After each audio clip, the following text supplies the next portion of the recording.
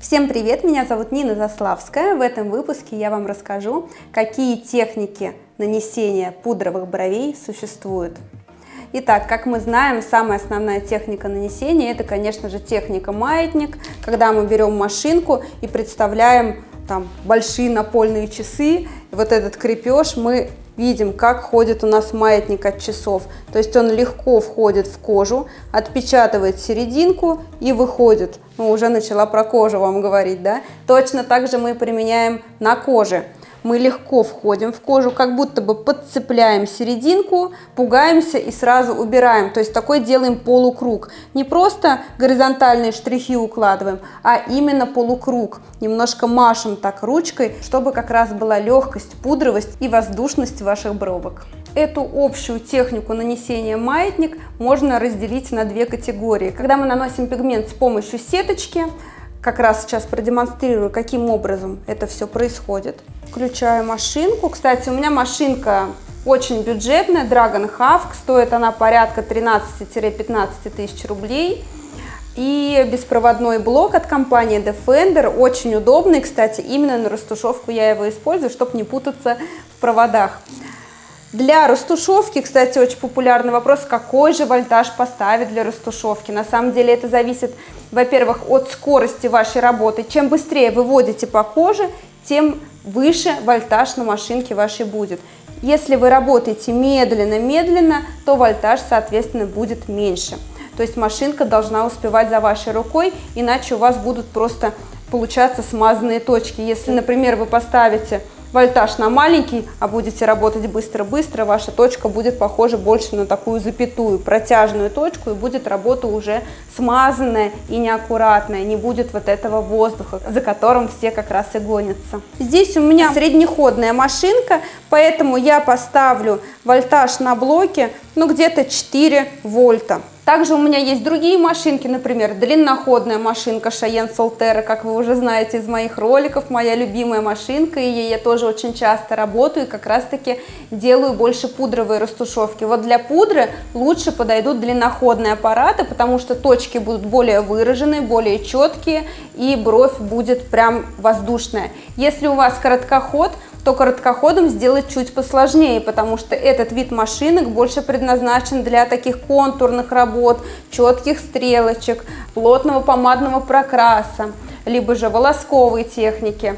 Но на пудру не очень они подойдут, но все-таки сделать можно. И есть определенный секрет: если у вас короткоходная машинка, вы ставите вольтаж на самый минимум, который у вас, вот, с которого запускается машинка, но чуть-чуть побольше. Например, работая какое-то время на своей короткоходной машинке Belar, я ей делаю волосковую технику сейчас. Когда у меня не было длинноходного аппарата, я ей делала абсолютно все зоны, и я ставила вольтаж на 3,2 вольта, и медленно-медленно на маленьком вылете иглы, где-то миллиметрик я ставила, вот тогда на короткоходах получается пудра.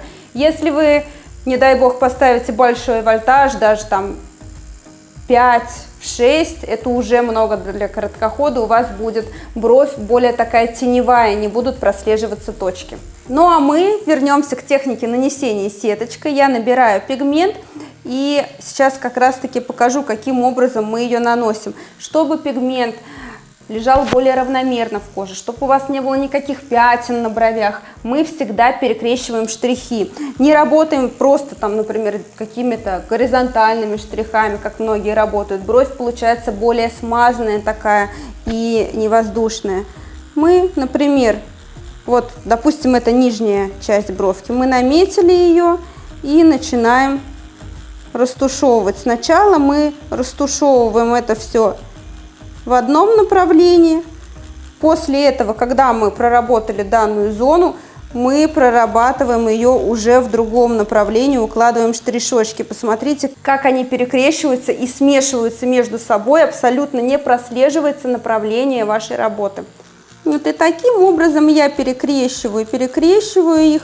И у меня получается очень равномерная штриховка. Еще одна есть техника веер. Но это, можно сказать, синоним техники сеточка. Это когда мы прорабатываем, например, сначала укладываем горизонтальный штришок и немножко веером вот так как бы раскрываем штришочки и переходим уже в диагональ.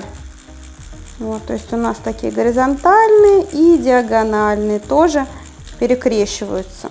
Вообще все техники на самом деле я применяю в одной процедуре, не совмещаю их. Также еще есть техника барашек. Ей тоже очень классно работать в том плане, что абсолютно не прослеживаются никакие линии. И она сразу разбивает и перемешивает ваши пиксели. Каким образом это делается? Чаще всего я ее использую по нижней границе брови. Чтобы поплотнее усадить пигмент, я работаю мелкими барашечками, вот так вот намечая контур. Я начинаю вот так вот в воздухе как будто рисовать такие кружочки, мелкие-мелкие. Точно так же я прокрашиваю на губах. Когда я закрепила контур, и мне нужно растушевать эту линию контура, чтобы она слилась как бы с моей закраской, заливкой губ, я прорабатываю контуры мелкими барашками, а потом уже ухожу в сеточку. Ну и на бровях то же самое. Барашками проработали, и потом уже более длинный штрих у нас получается. Мы уходим в сеточку, либо в веер. Кому не нравятся барашки, можно их заменить мелкими штришочками. Штришочки то же самое я использую по нижнему контуру, чтобы сделать акцент на брови, потому что сейчас очень моден вот этот градиент. Именно подчеркнутая нижняя линия, такая четкая, ровная, а верхняя должна быть прям пудровая-пудровая. Поэтому, чтобы сделать эту четкость, я могу не барашками проработать, а вот мелкими штришочками, как бы мелкой сеточкой, можно ее так назвать. Потому что всегда мы стараемся перекрещивать свои штрихи, чтобы не прослеживался наш шаг работы. Ну, то есть вот такими мелкими растушевываю. Сейчас я покажу вам сразу на бровке, в каких местах мы используем определенную технику нанесения. Вот такая шикарная бровка у нас есть. Кстати, это бровка из моего онлайн-курса по пудровым бровям. Кому интересно, пожалуйста, переходите по ссылочке и читайте подробности, потому что именно в курсе мы очень подробно разбираем нанесение градиента, именно как технически правильно сделать бровь, чтобы у вас круто получалось, чтобы не было засаженных точек, чтобы бровка ваша растворялась в начале, не было никаких четких краев, и также как сделать там красивую пудру и все такое. И посмотрите вот на бровке. Сейчас выключу машинку, а то она прям жужжит. Смотрите, на кончике и вот на изгибе у нас здесь косточка, кожа натянута на косточку, мало подкожной жировой клетчатки, кожица прям тоненькая. Если даже сравнить именно вот с кожей на переносице, здесь прям вот такой жирок присутствует, а здесь тонкая кожа, поэтому легче засадить пигмент, если вы будете работать с таким же нажимом по всей брови, как и в начале, например, как и в серединке. И чаще всего у начинающих мастеров именно такие проблемы, когда клиент приходит на коррекцию и в зажившем варианте у него присутствуют какие-то точки на изгибе, такие более темные пятнышки, либо же концы получаются очень такие серые, темные. Вот, чтобы этого избежать в процессе работы, вы с косточки немножко подтягиваете кожу либо кверху, либо к низу, чтобы она не была так сильно натянута. Ну и, конечно же, прорабатывайте более мелким штришочком и более легким штришком. Особенно это касается возрастных клиентов и очень тонкой такой сухой кожи. Кстати, на кончике до изгиба мы работаем в технике такой же маятник, также применяем технику сеточку, также применяем наших барашков, либо мелкую растушевку, но мы работаем мелким штришочком. И в тех зонах, где у нас ярко, где акценты, а это именно нижняя часть апекса, мы работаем мелким штришком. Почему? Потому что вот сейчас даже опять перевернем, и я вам покажу. Чем мельче штрих, да, тем меньше расстояние между ваших точек. Вот смотрите, прям веду я медленно. Какое маленькое расстояние. Вот, чтобы у вас получился красивый контур, либо четкий волосок, конечно, вам нужно помедленнее вести и топтаться на одном месте. Но здесь совершенно противоположная техника. Нам нужна красивая россыпь пикселей. Поэтому, чем быстрее, чем длиннее наш штришочек, тем больше расстояние между пикселей получается. Поэтому в ярких местах я прорабатываю меленьким штришочком, а там, где мне нужно сделать пудру, увести ее на нет, куда-то растворить в воздухе, я прорабатываю таким легким и длинным штришком, и россыпь получается очень красивая.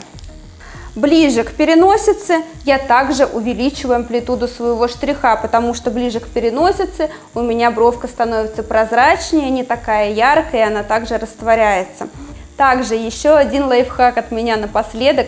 Ну вот бывает такое, что пришла к вам, например, чувствительная кожа, и пиксели перестают уже под конец быть такими выраженными, заметными. И чтобы не травмировать еще больше кожу, вы можете закончить свою работу такой техникой. То есть легонечко вот так вот точечно проставить пиксели в тех местах, где у вас как раз-таки есть пробел. Ну и также с помощью этой техники вы можете добавить еще больше пудры на верхнюю границу. Ну а я желаю вам красивых, пушистых, воздушных бровей. Если у вас есть какие-то вопросы, обязательно пишите в комментариях. Кстати, я очень люблю, когда вы мне пишете, поэтому, пожалуйста, пишите почаще. Желаю вам удачи, до скорых встреч, пока-пока!